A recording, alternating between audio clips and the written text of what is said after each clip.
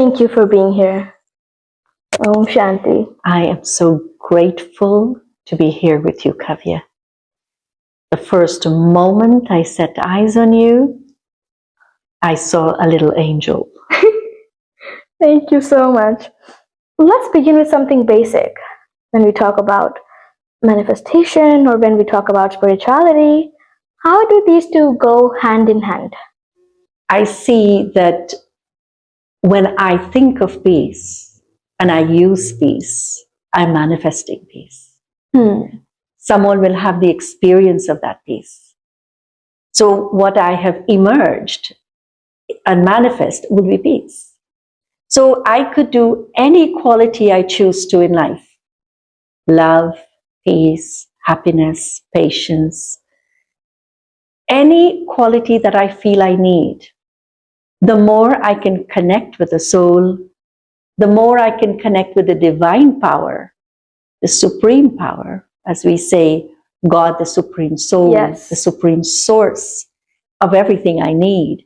So once I'm connected with that source and I'm using that spiritual power, I'm actually manifesting it. So manifestation for me would be something that is hidden, it emerges, and it serves. It doesn't only serve me, but it serves everyone else because it's pure energy. Well said, but definitely this is something that has been defined by you very, very simply. And this is something if any person would implement this in their lives, this is something that's very, very helpful to them intellectually, spiritually, and in the life of materialistic things also. If we look around in our world today, what you see is being manifested quite a lot. I'm using your word, manifest. Yes. Is something that is very visible. You're actually seeing it today. It's very physical. It's very gross in a way. And that is the anger, and the greed, and the arrogance. You know, all these negative energies is just flowing in the world. It's like a contagious disease today.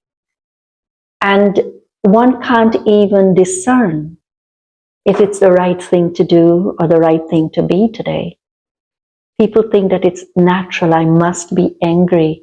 I must be aggressive to get what I want in life. But not realizing that I'm manifesting the wrong energy to be happy. And so if I'm manifesting the wrong energy to be happy, the end result of that will be of sorrow. Because of what I'm doing, I'm giving sorrow. And so what is going to be my return back will be of sorrow. Of sorrow. Because what I'm creating is what is going to be my life. I'm creating my life at every second. Yes. So I have to be very aware of these things. People say meditation is something where you just sit silently and that's all you do. Do you think there is more to meditation, and what is the importance of meditation to attain ultimate happiness and to manifest what you want? Meditation is amazing. The experience of meditation, which is very spiritual, it removes me from the things that is physical. It's an awareness. It removes me in a conscious way.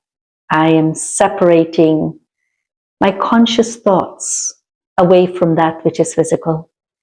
And the focus becomes on the self, the spiritual being, the light, the energy. So when I am in that awareness of my true self, it's as though that shift, I am meditating. So I'm thinking, but what am I thinking? I shift my consciousness from the physical, the external, to my own true self. And in that state, I'm still using my mind, but my mind is creating very peaceful thoughts, very natural thoughts, thoughts of beautiful feelings for others. And in that state, the soul is meditating while I'm in action. You could be cooking, you could be at school, you could be anywhere, but you are in action while meditating. You can also choose to sit back, relax, and say, okay, let me spend some time creating some beautiful thoughts for myself. The power of Sankalp has always been a part of my life, and I have seen that the power of Sankalp is also taught in the Brahma Kumaris, and resolutions is something I have, followed all my life. So, how can people create powerful and pure thoughts in the form of resolutions that maybe they're not living right now, but they want to live in the future? Sure. It's a very, very beautiful question or thoughts in that Yes. direction. How can we have powerful thoughts? See, negative, it's an energy, right?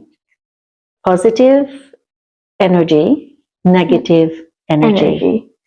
So negative energy will come from the consciousness of everything that is physical and from my desires, something that I expect.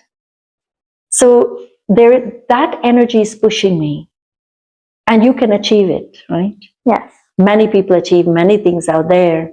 So greed, for example, greed is pushing them. And so if greed is pushing me in that direction, I will have what I want, but I will not be happy. But in the consciousness of that powerful thought, in a very pure way, in a very peaceful way, you will accomplish without even asking, without even thinking that I want something. Everything will come to you. Because spiritual power is an energy that brings everything which is spiritual. So I don't have to ask for anything. Even I don't even go to God and say, oh God, give me this. Oh God, take care of this. It's like giving my list to God and telling him what he has to do. He doesn't know what he has to do. So I am telling him what he has to do. But I believe that powerful thoughts can be very magical. Powerful thoughts can create anything I would like to have in my life without thinking of the things. Or even if I create a thought of something that has to benefit the world, it doesn't have to be a lot of thoughts. I'll just go back to one example. I'm just remembering of the head of the organization. She passed away in 2007, but her name was Dadi Prakashmani. And right now in our headquarters in Mount Abu, in Shantivan, we have one of our buildings that can sit 20,000 people. And one day she just had this thought. We're going to have a building that is going to sit 20,000 people. Just this thought. And this thought was shared. And it's amazing that in no time, the whole BK family around the world supported that thought. Wow. And in no time, the structure was built, and it's a freestanding structure. And thousands of people visit that place every year. And so the power of the pure thought is to benefit humanity, to help others, to uplift them. So pure thoughts are actually powerful thoughts. It generates an energy that it's an energy to serve. that was something that, was very knowledgeable. And I got to know that I don't know, that was the very first time I got to know something like that. You have to phrase your thoughts correctly so that it does not become something out of ego or your desire. It has to be something that is a pure thought. Because at the end, what you want has to be the byproduct. The main thing, the main motive of yours has to be pure in order for you to manifest purely and to manifest not out of ego. Right. Definitely. Wow, I am enjoying this podcast so far.